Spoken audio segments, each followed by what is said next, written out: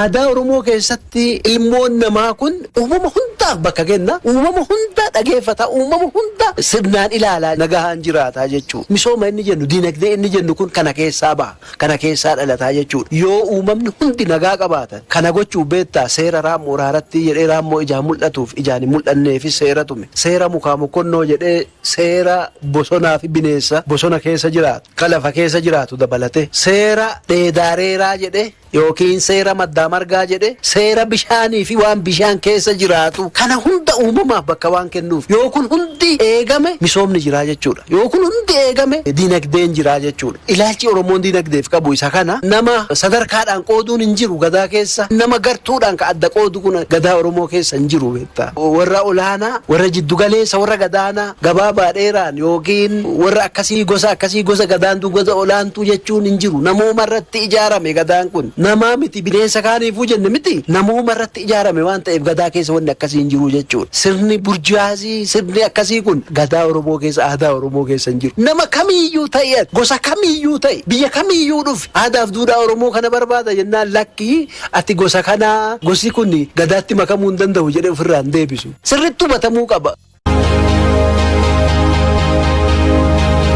Pireezidaantiin mootummaa naannoo Oromiyaa obbo Shimallis Abdiisaa paartiin badhaadhinaa qormaata keessoo fi alaa injifatee fayyadamummaa lammiilee mirkaneessaa jira jedhan. Ayyaanni hundeeffama waggaa 5ffaa paartii badhaadhinaa mata duree olaantummaa yaadaa badhaadhina hunda galeessaaf jedhuun akka naannoo Oromiyaatti magaalaa Naqamteetti kabajame. Fiqaaduu Mirkanaa dabalata isaa qindeesseera.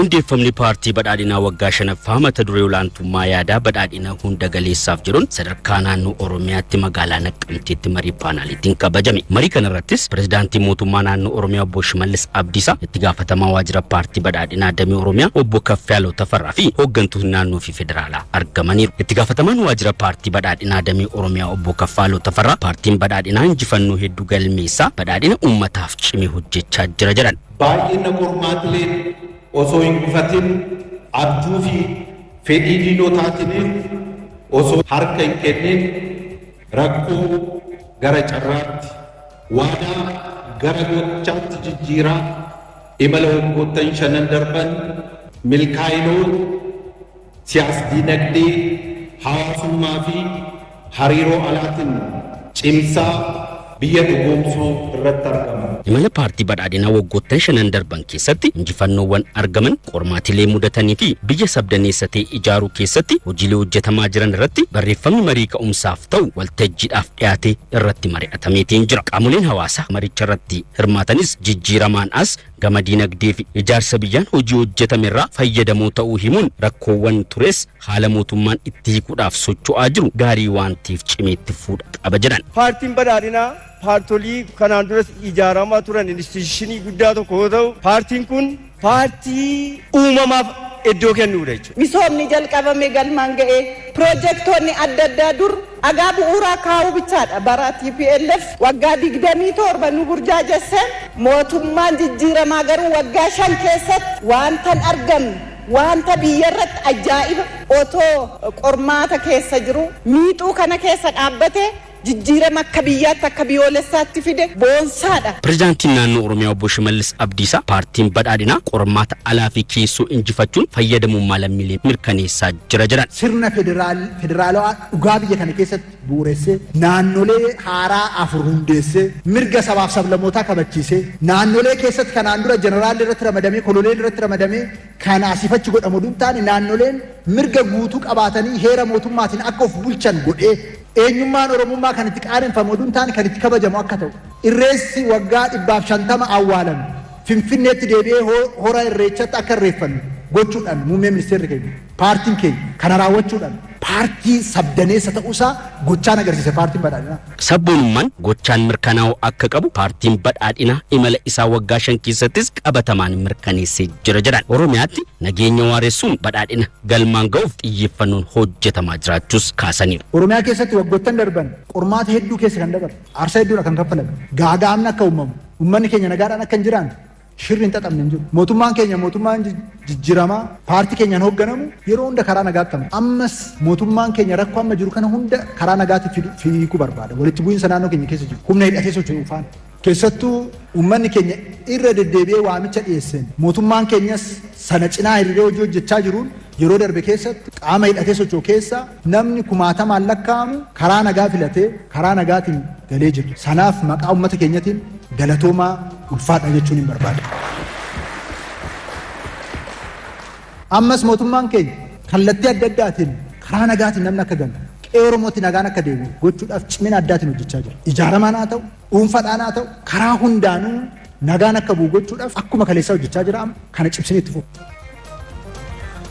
Hawaasni godina Shawaa Lixaa nageenya naannoo isaa kabachiisaa hojii misoomaa irratti hirmaachaa jira jedhan afayyaa'in caffee Oromiyaa Aadde Sa'aadaa Abdurramaan godina Shawaa Lixaa aanaa Walmaraa fi magaalaa Ambootti hojiilee misoomaa daawwatanii Taaddalee Asfaw dabalata qabam.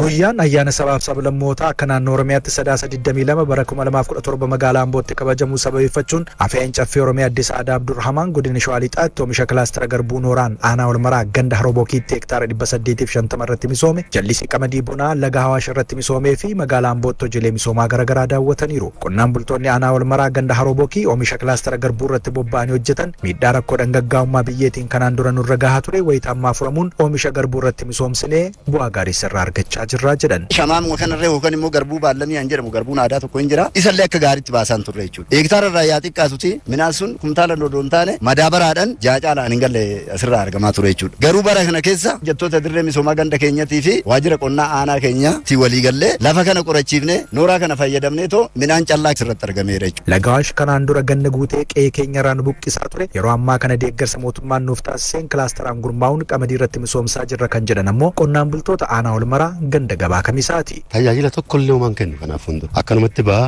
hin qotamu bishaan irra wanneedha bona shumburaa qotu misira qotu misirri sun bookeedhaan badaa raammoodhaan badaa homaa faayidaa uummataa argisiisaan turre bara waggaa 2 waggaa 3 lakkoofsisee jira qamadiin takkaa faca'ee hin beeku.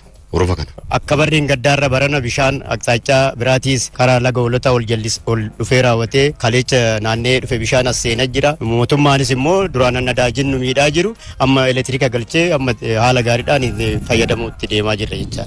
Oomishni ga'e kunis yeroon sassaabamee walitti hidhamiinsa gabaa akka argatuuf hojjetamaa jira kan jedhan bulchaan godina Shawaa Lixaa obbo Didhaa Guddata lafa oomisha baasuu didee nooraan fayyadamuun oomishtummaa dabaluuf hojiin hojjetames bu'aa gaarii argamsiiseera jedhan. Qamadii ga'e kamuu kombaayineraan ala sassaabuu kan qabne garbuus kombaayineraan ala sassaabuu kan qabne murteessinee sochii gurguddaatu godhamaa jira.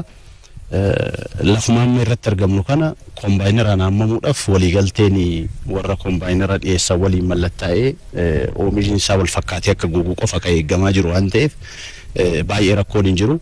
Oomisha sassaabames wanni gaariin uumamaa jiru. Qonnaan bulaan keenya gatiin oomishaaf baasiin oomishaa baase tilmaamamee bu'aa inni argachuu qabus yaada keessa galamee yuuniyeeniidhaan walitti hiineet yuuniyeeniin oomisha irraa fuudhaa jira jechuudha. Hawaasni godina Shawaa Lixaa nageenya naannoo isaa kabachiisaa hojii misoomaa irratti hirmaachaa jira kan jedhan afayyaa'in caffee Oromiyaa Aadde Sa'aadaa Abdurramaan guyyaa saboota sablammootaaf uummattoota Itoophiyaa 19ffaa kabajamu sababeeffachuun hojiiwwan misoomaa akka godinichaatti hojjetaman daawwachuun qonnaan bulaas jajjabeessaa jiraachuu himaniiru. Shawaan Lixaa godina bal'aa potenshaala guddaa qabu akkasuma immoo rakkoo nageenyaa keessatti uummata isaanii qindeessanii hojii misoomaa irratti bobbaasuudhaan harka tokkoon nageenya isaanii kabachiisaa harka tokkoon ammoo hojii misoomaa bal'aa hojjechaa jiranidha. Wanni adda taasisu aanaa Walmaraa irratti garbuun biiraadhaa kaleessa biyya alaatii galaa ture asumatti oomishame lafti immoo asiditiin isaa baay'ee guddaa ta'ee fi oomisha kannuu hin dandeenye wallaaname oomisha kannaati kan jiru.